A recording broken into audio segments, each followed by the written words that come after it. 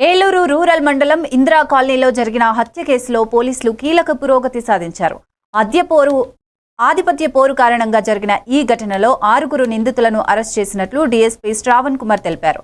ప్రధాన నిందితుడు బూరగ నాని అలియాస్ విజయ సూర్యతో పాటు అజయ్ సూర్య, బాలకృష్ణ, సుధాకర్, షణ్ముఖ, వేణుగోపాల్, పూర్ణ చంద్రశేఖర్లను అదుపులోకి తీసుకున్నారు. వీరిలో కొందరిపై పాత కేసులు ఉన్నట్లు తెలిపారు. నగరంలో రౌడీయిజం అరికెట్టేందుకు కఠిన చర్యలు తీసుకుంటామని డీఎస్పీ హెచ్చరించారు.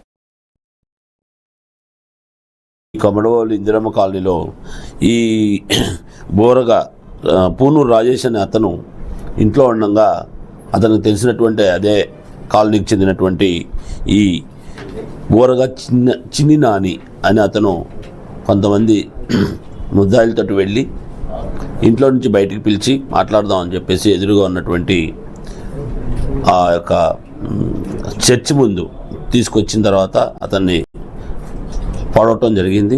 అతను బ్లడ్ ఫుల్లో ఉండగానే అతను కుమార్తె వెంటనే చూసి అరిసింది.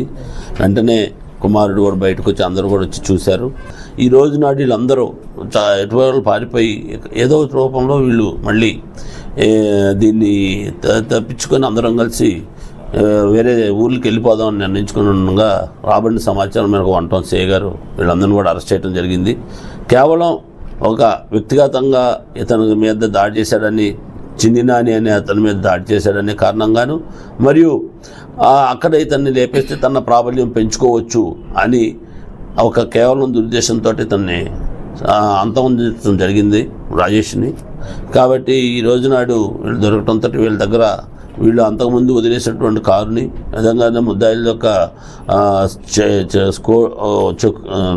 వాళ్ళు ఉపయోగించిన చాకులు, వాళ్ళ బట్టలు, అదేవిధంగా వీళ్ళు ఏదైతే ఈ దానికి స్కూటరు, ఇవన్నీ కూడా, ఎందుకంటే లాస్ట్లో ఇద్దరు చాలా అనుకున్నప్పుడు ఇద్దరు ముద్దాయిలు కూడా వాళ్ళు స్కూటర్ వేసుకొని వస్తారు.